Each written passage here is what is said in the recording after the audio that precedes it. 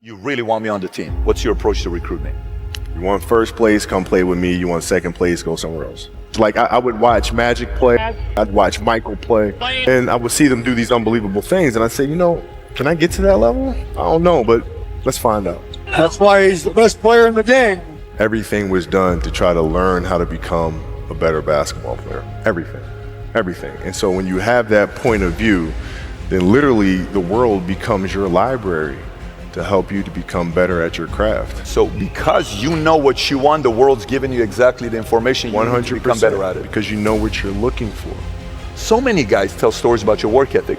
Yeah. What was really your work ethic like, and for how long did you stay disciplined? Well, I mean, every day. Since 20 years. It was an everyday process and trying to figure out strengths and weaknesses. For example, jumping ability. Man, my vertical was a 40, it wasn't a 46 or a 45. My hands are big, but they're not massive, right? So you got to figure out ways to strengthen them so your hands are strong enough to be able to palm a ball and do the things that you need to do.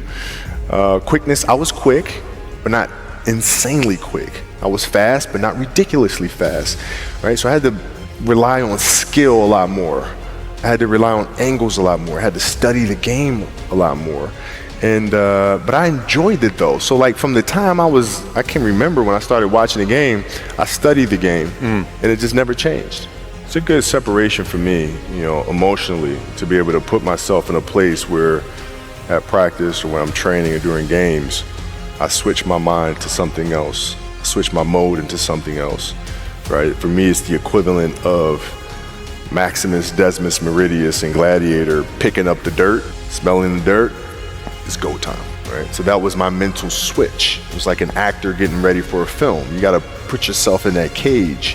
When you're in that cage, you are that character. And then when you leave there, it's something completely different. But when I'm in that cage, bro, don't touch me, don't talk to me, leave me alone.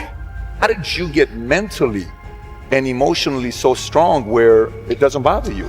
Well, you got to look at the reality of the situation. Like for me, it's not, you kind of got to get over yourself. Like, it's not about you, man. Like, okay, you feel embarrassed. You're not that important. Like, get over yourself. That's where you go. Get over yourself, right? Like you're worried about how people may perceive you and like you're walking around and it's embarrassing because you shot 5 air balls. Get over yourself, right?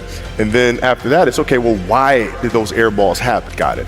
High school, year before, we played 35 games, max. Right? Week in between, spaced out, plenty of time to rest. In the NBA, it's back to back to back to back to back to back to back.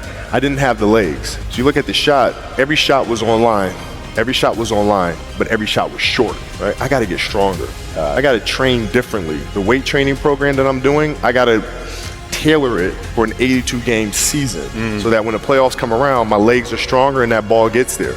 So I look at it with rationale. Say, okay, well, the reason why I shot air balls is because my legs aren't there. I go, well, next year they'll be there. That was it. Done. Were there some names that you looked at and says, these 3 guys are as crazy as I am? I at the time, I deal with what I've referred to as Goat Mountain.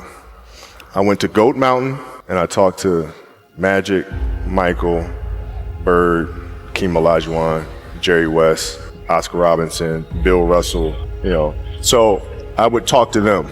What did you do? What were your experiences? Michael in particular, he's become my big brother. He's been my big brother since I first came in the league. And what was that process like? So I went to them and started understanding the ins and outs of the game and how they approach things and their level of detail and obsessiveness. And that's what I did. The players that had that passion but weren't willing to commit their entire lives to doing that, right? It's a choice, right? You have other things, you have family, you have all these other things that you have to do. The game can't really be your #1 priority. And so I was just looking at that like, man, this is gonna be fun. If I'm buddies with you from high school, if I'm a cousin of yours, what happened to our relationship? How did that gravitate when you went into the league and you're determined to become the greatest, or you're determined to become one of the greatest? What happens to our relationship? Oh, it suffers. It does suffer. Oh, yeah. Okay. Yeah. And you understood that. You were okay with that. Well, yeah. And the people that love you, like friends and family, like they know that about you. Got it. So they let you be you. And when you reconvene you pick back up where you left off. But make no mistake about it, everything in between is lost, right? So those long-term relationships, the commitment of time of,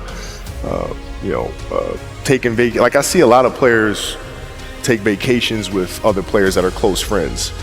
And or just take vacations just to take vacations, or just hang out just to hang out. Like I never did that. But Why not though? Why didn't you do that? Well, because when I retire, I didn't want to have to say, I wish I would have done more. I don't want that. I don't want that. You got a lot of people paying their hard-earned money to come watch you perform. It's your job to be in shape. It's your job to be strong enough to perform at that level every single night. And as a competitor, I'm not ducking shit. Like, it's not, oh my God, my back hurts, I'm sore, we got to play Vince Carter and Toronto Raptors tonight.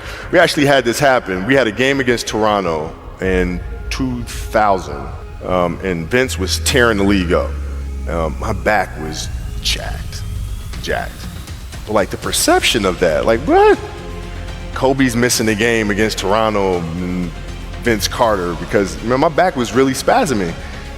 But people will be like, what? Oh, he's ducking Vince. Excuse me? No, I don't think so. So I would be in the layup line like, okay, there's a lot of days where you can rest and recover. Today ain't one of them.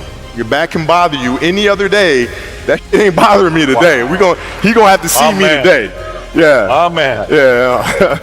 If you're looking at a big investments you got to make, what is the decision-making process there? Do you call? Is there first you do your own research? You take this much time. You call an advisor. Is there a system you follow? It's pretty simple for me. It's do you understand the business? Is it a business that you can help in some form or fashion? What are the barriers of entry to that business? And then the entrepreneurs themselves, the company itself, right? Do they have a culture that you believe is sustainable? Are these leaders people that you believe in? Are they people that are obsessives? And in turn, have they created a culture of obsessiveness? So I tend to look at those 4 factors, and that's it. That's big right there, by the way. I don't know if you guys caught that right there. That's pretty massive right there. Same determination. What's your current work schedule look like today? It's different because I personally am not writing every word of the novels. I am not animating the films. What I have to do now is make sure that the people that we bring in, these obsessives that we bring in, are challenging themselves to do the best job that they think they can do. That's what I'm there for, is for them to constantly look in the mirror and self-assess and challenge themselves. If we have a project and you're saying, okay, I can do that, that's not the project we want. The projects that say, I don't know if I can animate that. I don't know how to write that story. I don't know how to do that. Those are the things we want, because through that curiosity, you'll reach a level that you didn't think was possible. And so running the studio, that's what I'm doing. You're playing against the Golden State Warriors. Score is 107-109. You guys are close to getting into the playoffs. You know exactly what happens in the game. You go up, you're about to take your shot, and then all of a sudden, boom, Achilles happens, right? He went and hit the free throws, and then you walked off the stage. Yeah. And you got the surgery done. I went in the trainer's room, my kids are in there, and they're looking at you and stuff, and I'm looking at them, and I'm like, it's all right, Dad's gonna be all right. It'll be fine. It'll be all right. It'll be all right. It'll be all right. As a parent, you gotta set the example. You gotta set the example. This is another obstacle. This obstacle cannot define me. It's not gonna cripple me. It's not gonna be responsible for me stepping away for the game that I love. I'm gonna step away on my own terms. And that's when the decision was made that, you know what? I'm doing it. I'm doing it.